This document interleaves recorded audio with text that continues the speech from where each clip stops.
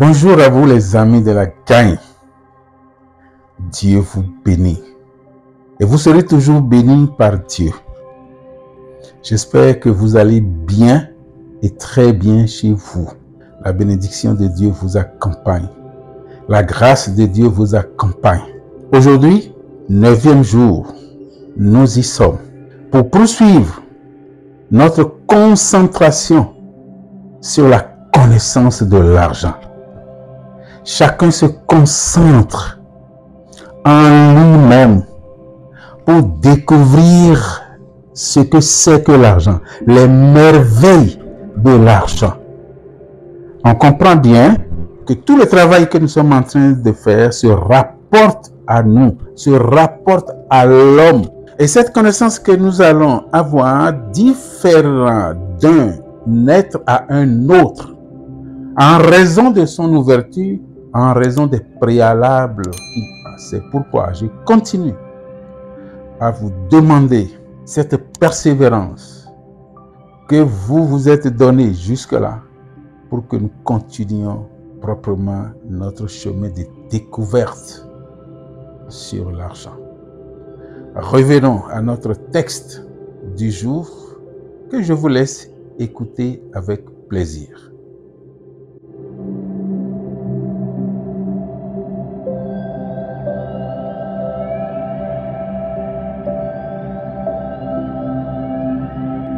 En servant l'homme, l'argent sert Dieu.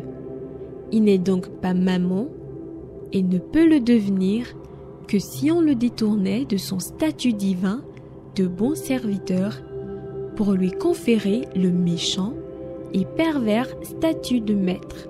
Dans ce statut, il se rebelle contre Dieu parce que détruisant l'homme.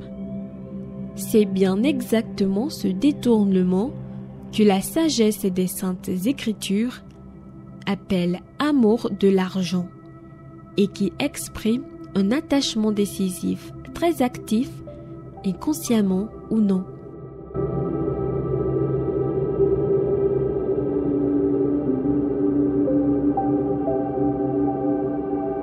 Un attachement décisif, très actif, inconsciemment ou non.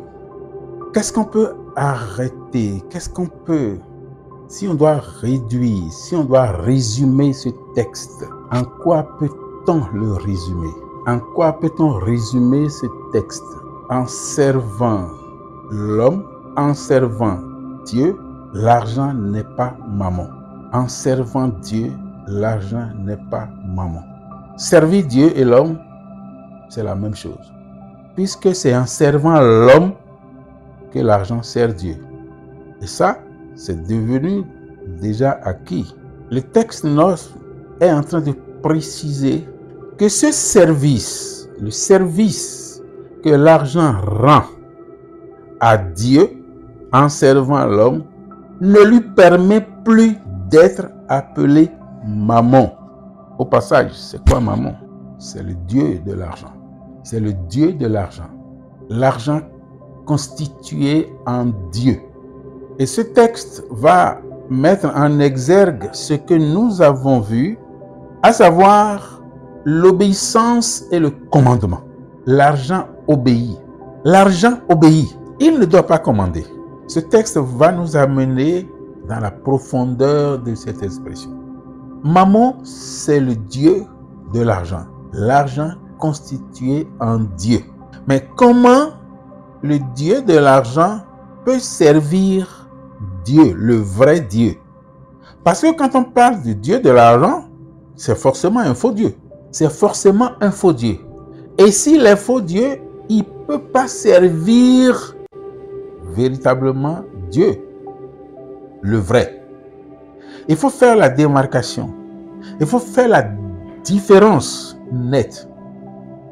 Et quitter le bord de ceux qui pensent que celui qui a l'argent, que celui qui est riche, est en train de servir mammon, le Dieu de l'argent. C'est pourquoi le texte fait allusion aux Saintes Écritures. Les Saintes Écritures disent, vous ne pouvez pas servir Dieu et mammon. Vous ne pouvez pas servir Dieu et maman. Toi, qui veux l'argent, qui veux être riche, qui cherche l'argent, tu ne peux pas servir Dieu et maman. C'est-à-dire Dieu, le vrai, et le Dieu de l'argent. L'argent constitué en Dieu. Alors, cette part, c'est en toi qu'elle va se faire. Cette part, c'est dans ta pensée qu'elle va se faire. C'est ton ouverture qui va comprendre ce qu'on te demande. Sinon, tu risques de servir Dieu et le Dieu de l'argent, qu'on appelle maman. Or, il est clair que tu ne peux pas servir Dieu et maman. C'est bien pourquoi il faut faire la différence entre l'argent qu'il faut affectionner, qu'il faut estimer, qu'il faut désirer, qu'il faut aimer, avec l'amour de l'argent dont parlent les Saintes Écritures. L'amour de l'argent dont parlent les Saintes Écritures rime avec quoi? Ça ne rime pas avec l'amour. Ça ne rime pas avec la bonté. Ça ne rime pas avec l'affection. Ça ne rime pas avec l'estime. Ça rime avec un attachement morbide. Un attachement qui peut te détruire. Un attachement qui montre que Dieu n'est pas ta source. Un attachement qui montre que c'est l'argent qui est ta source. Or, l'argent n'est pas notre source. Nous l'avions dit et nous aurons l'occasion de le dire. Ce que toi et moi allons éviter, c'est cet attachement. C'est cet attachement destructeur. C'est cet attachement qui nous renvoie dos à dos avec Dieu. C'est cet attachement qui nous fait croire que nous pouvons prendre la place de Dieu. Il est dangereux. C'est ça l'amour de l'argent dont parlent les Saintes Écritures. Je crois que c'est Saint Jacques qui en a parlé. C'est ça l'amour de l'argent. Il ne s'agit pas de quand on dit tu aimes trop l'argent.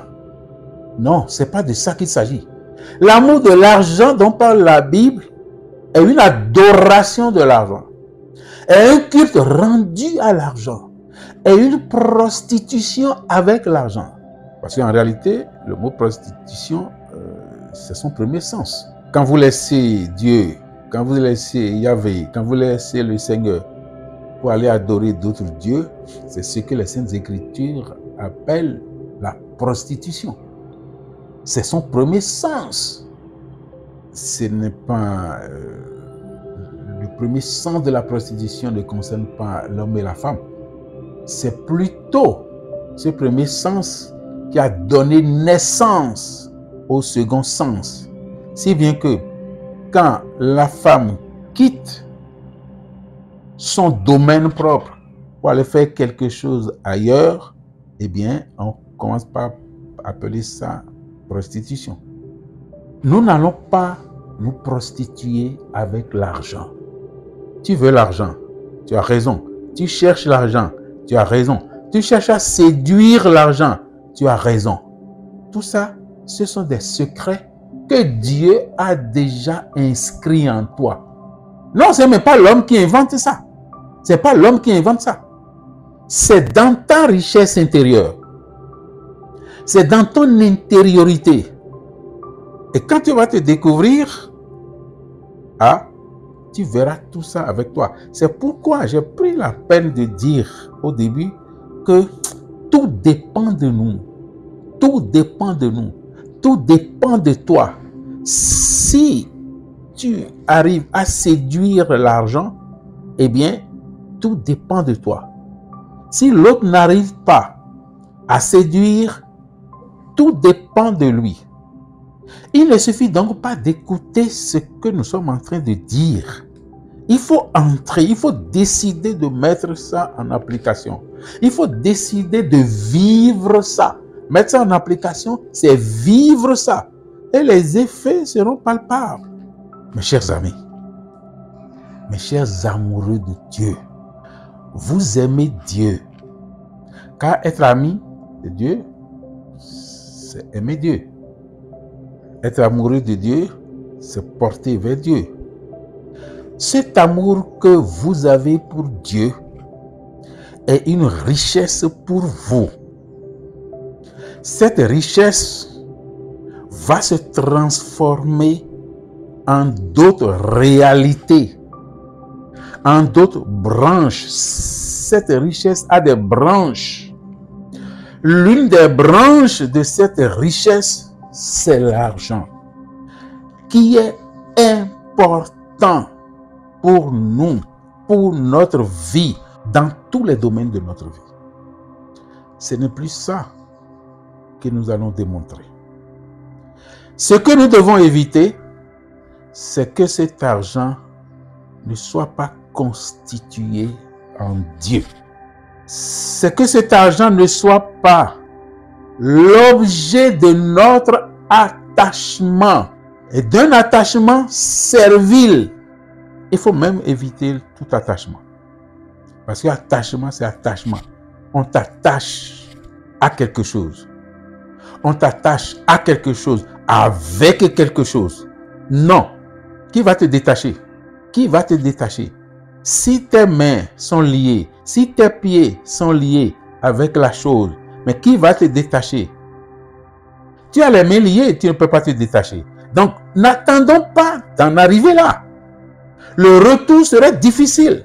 C'est pourquoi le texte 9 nous prévient. Il s'adresse à notre cœur, il s'adresse à notre amour. Il nous met en garde. Gardons l'argent comme serviteur de Dieu. Et en tant que serviteur de Dieu, il est loin d'être maman. Et s'il est loin d'être maman, nous n'avons aucun risque. Toi, tu n'as aucun risque. Toi qui cherches à séduire l'argent, tu n'as aucun risque. Sois donc à l'aise et continue ta recherche. Je t'encourage.